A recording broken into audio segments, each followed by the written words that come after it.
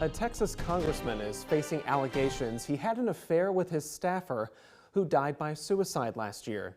And new reporting today shows a congressional ethics watchdog launched an investigation into that U.S. Representative, Tony Gonzalez.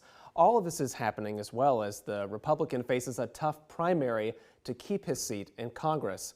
Thanks for joining us here this afternoon. I'm DuPree. Joining us today to share more about her extensive reporting into all of this is Bayliss Wagner. She's a Texas politics reporter for the San Antonio Express News. Bayliss, welcome to our show, and thank you for being with us. Thanks for having me. It's been a big week for all the reporting that you and your colleague Nancy Pryor-Johnson have been doing, following all this very, very closely. And I want to start with kind of the newest information that you all have learned. She, in particular, wrote about the part about the congressional ethics probe that's going on, I guess, at the moment. How significant is that, or what more can you tell us about it? So we know that Adrian Avalos, that's the husband of the staffer with whom Gonzalez, we reported, had an affair. He received a letter from that watchdog. Actually, it's a process where the Office of Congressional Conduct will look into it, and then they can pass their report to the House Committee on Ethics. So this office sent a letter to Adrian back in November, and so we got that letter today. So they've been looking into it for months, and what NBC News reported is that the investigation is completed, but they can't pass it to the committee until after Gonzalez's primary because of a rule that has like a 2-month sort of dead period before elections. Okay, very interesting then. So we'll have to keep following on that thread as it becomes more apparent. But just going back a little bit, we are going to discuss suicide here. So I want to mention to anybody out there who might be struggling or experiencing a mental health crisis to text or call 988. That is the National Suicide Crisis Lifeline. So we want to make that resource known to people. But going back to your story, Bayliss, Congressman Gonzalez's staffer, a woman named Regina Santos Aviles,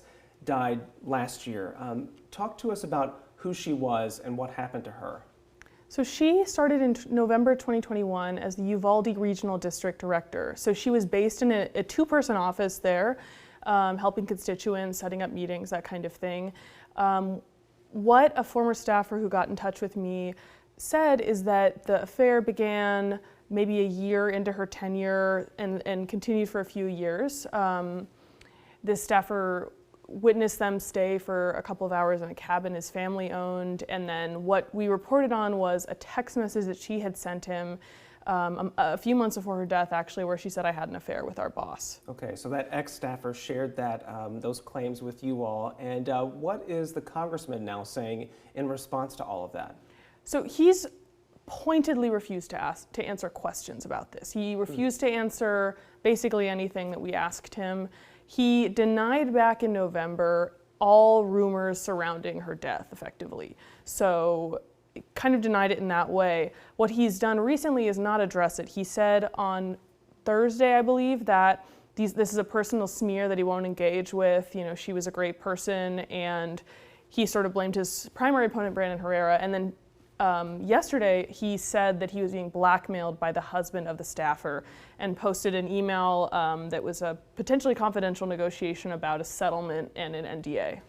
Okay, and you touched on it there as well, but we can't forget the politics of this. The congressman is facing a very serious primary challenge from Brandon Herrera, who you mentioned a moment ago. But how is this all coming up now in the campaign? This is about as bad as it gets when it comes to a scandal in the middle of a primary, because early voting beginning.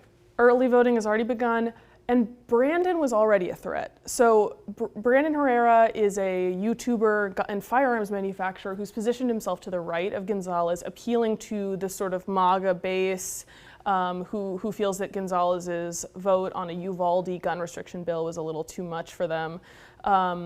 And he was polling fairly well already, and so this could be a game changer, but we don't know yet.